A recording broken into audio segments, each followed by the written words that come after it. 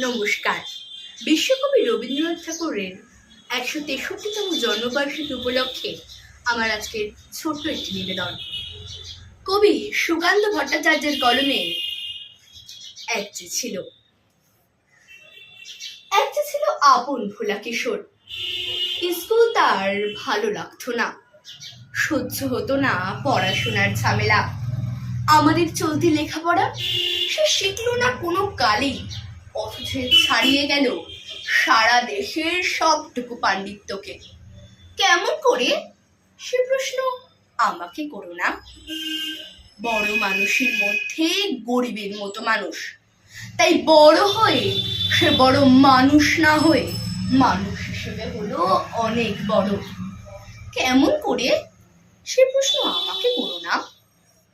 গান সাধার বাধা আইন সে মানেনি, অথচ স্বর্গের বাগান থেকে সে চুরি করে আনলো তোমার আমার গান।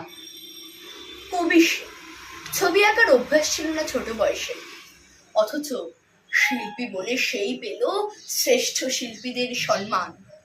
কেমন করে, সে প্রশ্ন আমাকে করো না।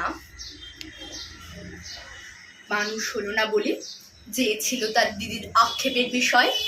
অনেক বিদ্রুপ যাকে করেছে আহত, সেই একদিন চমক লাগিয়ে করল দেখতে জয়।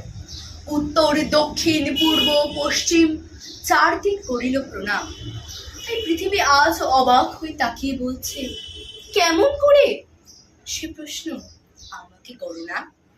এই প্রশ্নের জবাব তোমাদের মতো আমিও খুঁজি।